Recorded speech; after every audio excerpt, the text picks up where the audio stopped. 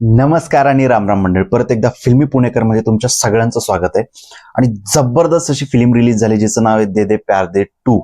And he's divorced, so we are educated, progressive.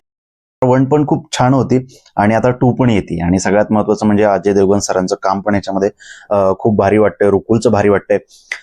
सगळ्यात महत्वाचं म्हणजे जावेद जाफरी. अरे अरे अरे काय काम केलं याच्यामध्ये. त्याच्यानंतर आर माधवन. वा वा वा, अख्खं फिल्म खाल्ली या माणसाने.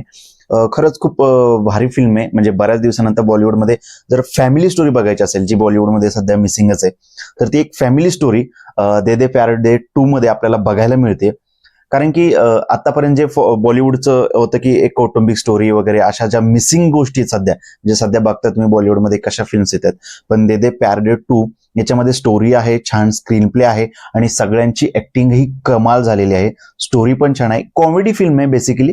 आणि स्टोरी देखील बेसिकली आहे की वयाने मोठ्या असलेल्या माणसासोबत प्रेम, आणि ज्याचं प्यार 1 मध्ये आपण पाहिलं होतं की मोठ्या वय आहे त्याच्यासोबत प्रेम वगैरे आणि त्याच्यासोबत लग्न करायचं वगैरे, ह्या पद्धतीची स्टोरी आहे. त्याच्यानंतर काही ठिकाणी मुलीचं आणि बापाचं जे नातं असतं, म्हणजे जे की इमोशनल पण असतं, तर ते देखील आपल्याला या फिल्ममध्ये बघायला मिळतंय. आणि त्यानंतर मग जेव्हा आर माधवनचं काही गोष्टी आपल्याला कळतात, तिथून पुढे मग फिल्ममध्ये ट्विस्ट येतो आणि तिथून पुढे फिल्म बघायला अजून भारी वाटते. आणि सगळ्यात महत्वाचं म्हणजे हे सगळं दाखवत असताना असं कॉमेडीचे मध्ये मध्ये तडका मिळतो आपल्याला बघायला. त्यामुळे फिल्म बेसिकली खूप छान वाटते. पण बऱ्याच दिवसांनी जे बॉलिवूडमध्ये मिसिंग होतं ना, की बघायची इच्छा व्हायची नाही, अशा प्रकारची पण फिल्म येत होत्या सध्या.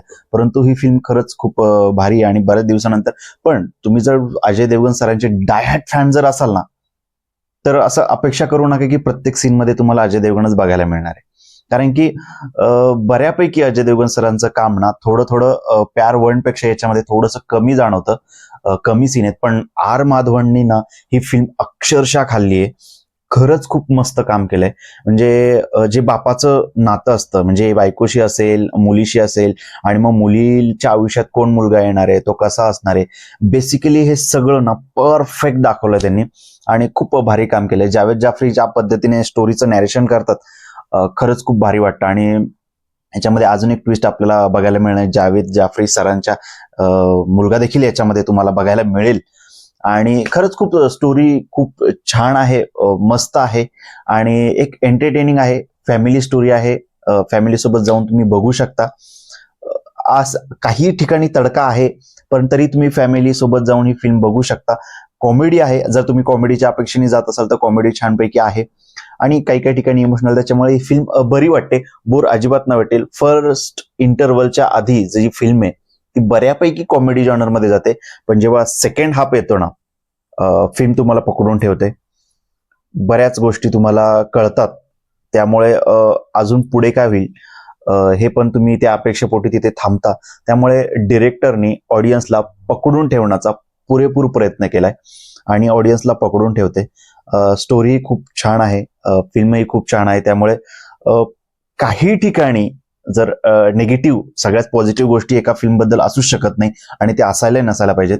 त्यामुळे याच्यामध्ये देखील काही गोष्टी अशा आहेत ज्या तुम्हाला फिल्म बघताना नक्कीच कळतील की या ठिकाणी हे असं असं, म्हणजे फॉर एक्झाम्पल जर तुम्ही मेन हिरोईनचं जर कॅरेक्टर बघितलं त्याच्यामध्ये, तर काही सीन असे आहेत की वयाने जरी मोठा असेल तरी काही गोष्टी अशा घडतात आणि त्याच्यानंतर मग ते दुसरीकडे जाणं वगैरे आहे. ट्विस्ट आहे, ते तुम्हाला फिल्म बघितल्याच्या नंतरच कळेल.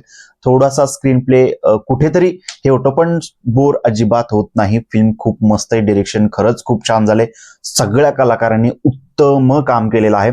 त्यामुळे ही फिल्म थिएटरमध्ये जाऊन तुम्ही नक्कीच बघा. खरंच खूप सुंदर फिल्म. बॉलिवूडमध्ये बऱ्याच दिवसानंतर कुटुंबासोबत पाहण्यासारखी कौटुंबिक फिल्म आली आहे. त्यामुळे नक्की बघा.